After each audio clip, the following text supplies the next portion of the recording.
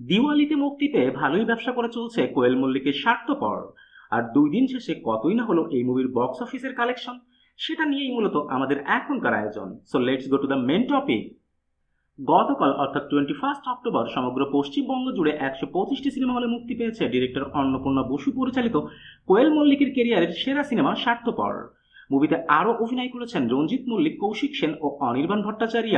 মুভির morning show ঢিলেঢালাভাবে শুরু হলেও ইভিনিং অ্যান্ড নাইট শোগুলো ছিল সম্পূর্ণ Housefull.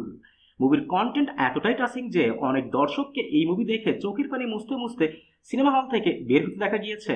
Actually it's not a film, it's the real story.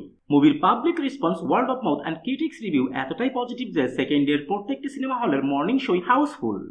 আর প্রথম দিনে পশ্চিমবঙ্গের বক্স অফিস থেকে মুভি নেট কালেকশন তুলে আনে 9,70,000 টাকা।